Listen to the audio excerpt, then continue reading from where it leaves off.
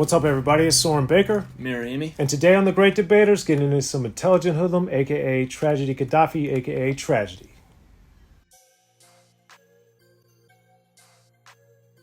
All right, Amir, so we're back here on The Great Debaters, but before we get into the episode, right down there, as always, please hit that subscribe button. It's free. That enables us to keep coming to y'all as often as possible with as many interviews, as many episodes of The Great Debaters, and commentaries on the 1st to 15th as possible. So please hit that subscribe button. Like our content, share it, talk about it, be about it, each one, teach one, and we appreciate your support. And right next to that subscribe button is the share join button. So please hit both of those as well. If you join, that helps us in so many different ways and helps me take care of the good people at Unique Access that are bringing you guys this great content. Now, Amir, Intelligent Hoodlum is the Tragedy Saga of a Hoodlum album. For me, at least back in the day, it was Intelligent Hoodlum. Then it was like, is the album Tragedy? Is his name Tragedy? All kinds of great things going on. But regardless, this dude is an amazing artist. I had the benefit and the fortune of being able to interview him. You can check the link up to one of my interviews with Tragedy Gaddafi that I did here on Unique Access Entertainment. He's an amazing dude. I got a lot of great feedback from those interviews, which is one of the many reasons I wanted to get the Tragedy Saga of a Hoodlum album. His second album came out in 1993. You know, I had first gotten familiar with him with Marley Marl in Control Volume 1. His appearances on there, which I talked with him about in the interviews. Then the Intelligent Hoodlum album. Then we get to his second album as Intelligent Hoodlum, Tragedy Saga of a Hoodlum. And I was, you know, from In Control Volume 1, Intelligent Hoodlum to this. It's a big journey. Stylistically, creatively, thematically, and production-wise. So, Amir, as you're getting into Tragedy Saga of a Hoodlum, what were some of your first thoughts, ideas, reactions? So, actually, it's interesting.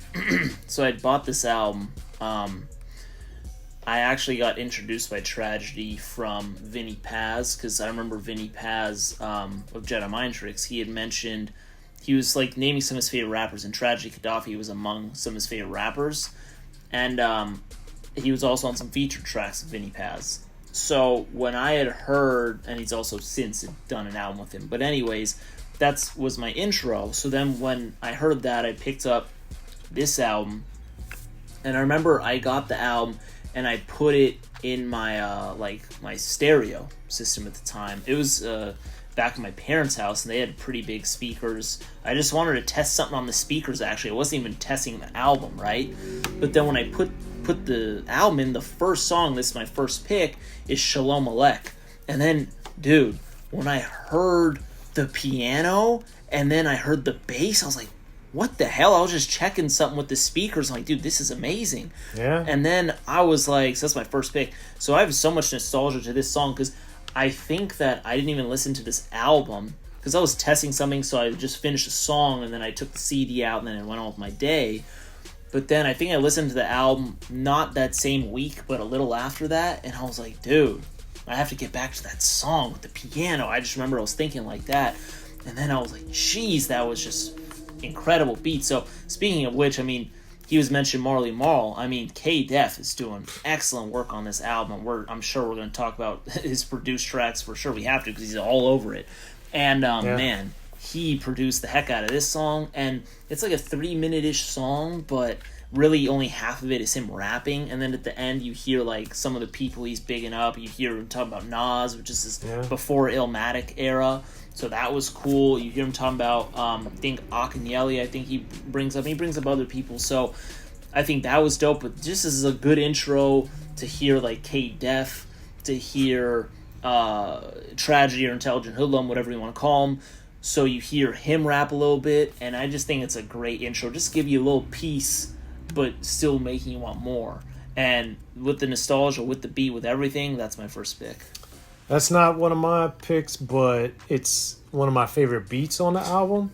And K-Def is, to me, an unsung hero in rap who has delivered just so many amazing beats over the years. And we see a lot of this throughout Tragedy Saga of a Hoodlum. K-Def is astoundingly awesome on this album and his beats. Now, that being said, Shalom Alek is so good, especially sonically. I really enjoyed it. But one of the songs that I like that is a little unusual for me is the Posse, because that was on the Posse soundtrack as the first song on the soundtrack, which to me shows you how good the song is, but it's also not a K-Def produced song. It's also included elsewhere. But that one, the drums on there, I just thought were some of my favorite drums on the album. And even though K-Def didn't do them, and K-Def is known for having some amazing drums, which I know Amir and I will be getting to, I'm sure, with these other picks. But one is toward the end of the album, and I was so excited to hear it on here because as Tragedy made his evolution from Intelligent Hoodlum over to Tragedy Gaddafi throughout his career, we're getting more of we get the political stuff, but more on the street confrontational side that's a little more on the profane way that he started approaching it. And I think this was a good kind of signal of like bring out the guns type of thing, like, oh, this is Hoodlum, this is cowboys, this is wildness. And that to me is kind of a signal of what's going on with him creatively, even though it fits exactly with the Arrest the President, Intelligent Hoodlum, and a lot of the stuff he addressed on the first album. I don't know, I just always really liked that song, and I thought that the Posse Shoot 'Em Up, it was just so good. And as is always the case, when I'm able to learn stuff that I didn't learn in school, or my parents didn't teach me, or I didn't know through whatever in my life, he's mentioning some black cowboys and different stuff that was going on in the Wild Wild West. Shout out to Kumo D. But I learned some stuff, and then I was looking up these dudes that Intelligent Hoodlum's referencing, and that also gives me extra layers of appreciation for his song. So that's why I'm rolling with the Posse Shoot 'Em Up, and I just thought it's so good. And another quick side note, this Posse soundtrack doesn't have a lot of rap, even though Tone Loc and Big Daddy Kane are two of the main characters in the film, which I thought was bizarre. But I also thought it was bizarre that there'd be any rap, because back in those days there was no rap. So I was very confused by the soundtrack, and I liked it at the same time, thanks in large part to Intelligent Hoodlum. So anything you want to add on the Posse before we move on? That was gonna be one of my picks. It's not, but I also like in the chorus how they say "bang bang shoot 'em up." I just thought that was fire. And there's not a lot of features on the album, but that has got a feature on it too. So great one. My second pick is gonna go ahead and be At Large. Oh my god, the beat on this is just nuts. It's nuts. It's unfair how insane it is.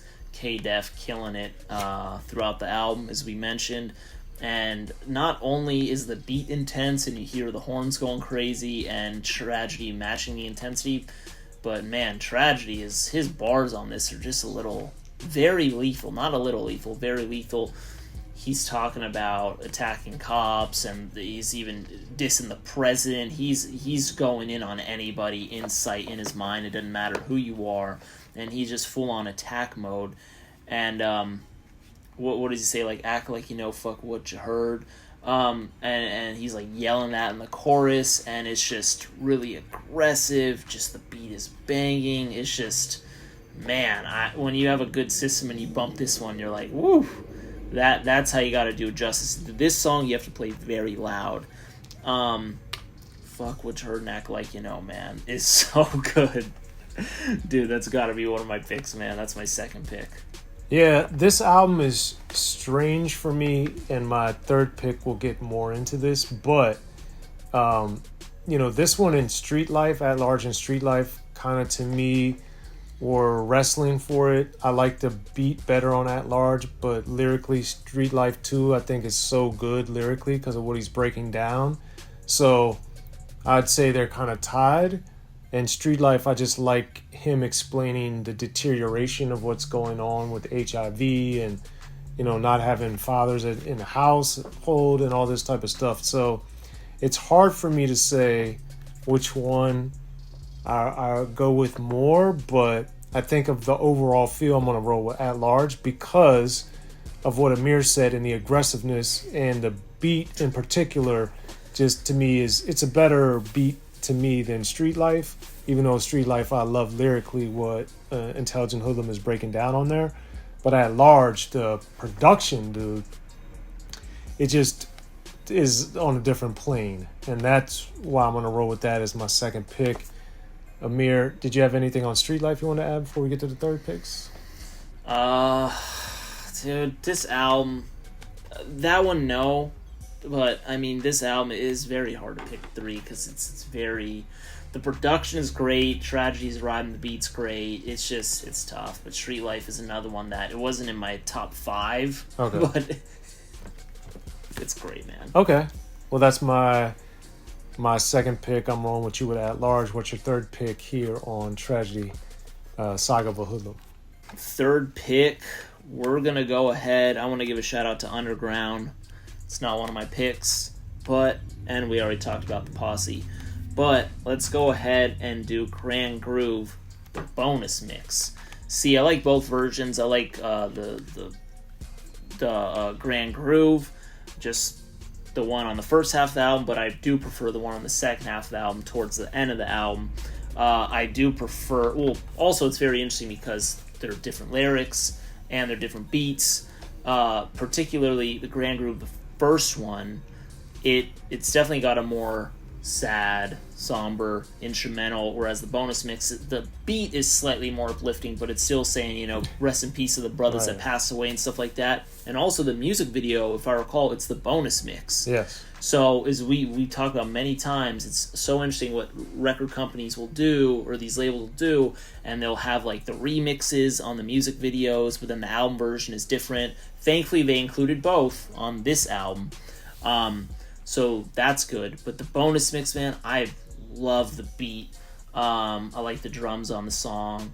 I really like how he says C-section, snatch me up by the head, or pick me up by the head. I think it was snatch me up by the head. But I'm just like, that's just a fire intro line. I just think that's pretty dope. And then he's talking about, the people in his life and the people who pass away. And then he says, like, I walk in the room, I duck the punch, or I dodge the punch. I'm like, damn, it's like a hostile household in that scenario. But it's a song that makes you also... It makes me feel like a little together. It makes me feel... it makes me want to, like, contact my family in a sense. That's the way that this song makes me feel, right? Not only lyrically, but also the sonics of it. I think they chose a good topic for the feel and the mood of the track, and that's another reason why I like this song quite a lot. And like I said, the intro track, the lyrics throughout, rest in peace the brothers who passed away, just all of it I think molds so well together, and it's definitely one of my favorite songs, has to be one of my favorite songs on the album and from his catalog. So that's my last pick. Grand Groove is also my third pick, and like you said, I remember when I was first getting the album and listening to it and then seeing the video and stuff, that I was just shocked that it was very rare ever to have a song with the same title that had totally different lyrics. It was a single and a video, and it's on the same album. Because like even with the Scenario remix, the remix wasn't on the Low End Theory. Whereas this, it is on Tragedy Saga of a Hoodlum, and it just threw me off, but I liked both of them so much, and I was always trying to figure out how and why they did it that way. But the remix extended bonus groove version, I think, does bring a different element, and it's more personal, because the first one, which I also like a lot, has it's more braggadocio in the beginning especially, and then it gets into the more personal stuff about his mom and his grandmom and stuff. And I just always thought that the bonus mix, man, very powerful. But both of them I like a lot, so it's hard to, because the original version has that beat that a lot of people have used, that I love. It's one of my favorite beats, but at the same time, the bonus mix lyrically and flow and feel wise, I think, is different. It's hard for me to even say which one's better. So this is like an album where I'd have 4 or 5, because with this differentiation, it's hard for me to say, even though I think the bonus mix is my preferred. So I'll roll with that as the third pick ultimately. But the other version, the beat especially the way he freaked the Isaac Hayes and all this different stuff is just so good. So shout out to K-Def for both versions of this. So anyway, those are my 3 picks. You guys got Amir's 3 picks. Hit us down in the comment section. Please subscribe. Please like this video. Please join if you can. If you can afford it, we would appreciate it because that really helps us and everything that we're doing behind the scenes to make Unique Access Entertainment bigger and better for you and your experience all the more robust. So anyway, I'm Soren Baker. Amir, Rahimi. The Great Debaters. Thank you so much, Intelligent Hoodlum and K-Def in particular, for holding us down, and Marley Marl as well. But man, really excited to hear what you guys think of this. Intelligent Hoodlum, Tragedy, Saga of a Hoodlum, The Great Debaters, y'all.